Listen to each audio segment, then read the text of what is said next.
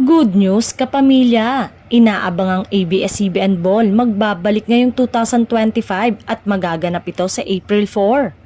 Ngayon pa lang ay trending na agad ang taunang event ng Kapamilya Network sa ABS-CBN Ball. Bukod sa mga inaabangang pagrampa ng mga iniidolo nating mga kapamilya stars, syempre hindi mawawala kung sino-sino ang tunay na magniningning sa gabing yon.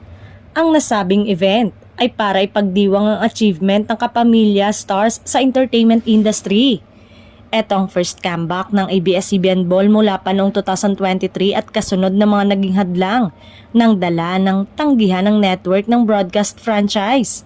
Dahil 2 taon nga bago ibinalik ang nasabing event, nagpatalbugang rumampa sa red carpet ang ilang paborito nating mga artista.